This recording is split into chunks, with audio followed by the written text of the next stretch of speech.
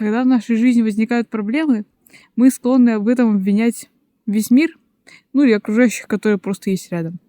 Но на самом деле ко многим проблемам нашей жизни приводим именно мы сами.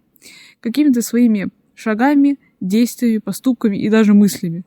И вот не стоит тогда, пожалуй, обвинять весь мир в том, что происходит.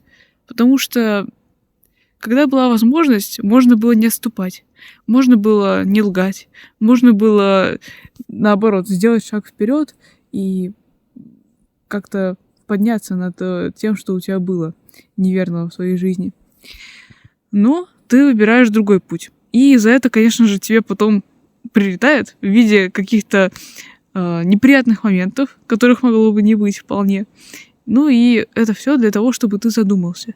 Не для того, чтобы даже тебя наказать, сделать как-то плохо тебе в жизни, а чтобы ты задумался над тем, что происходит не того в твоей жизни, где ты отступаешь, где ты ошибаешься, где ты отступаешь от совести и где ты предаешь Бога внутри себя.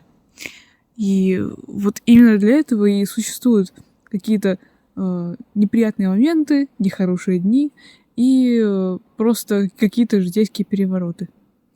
И прежде чем обвинять, стоит сначала присмотреться к себе и к своим поступкам. Вдруг там что-то не так. Спасибо за просмотр.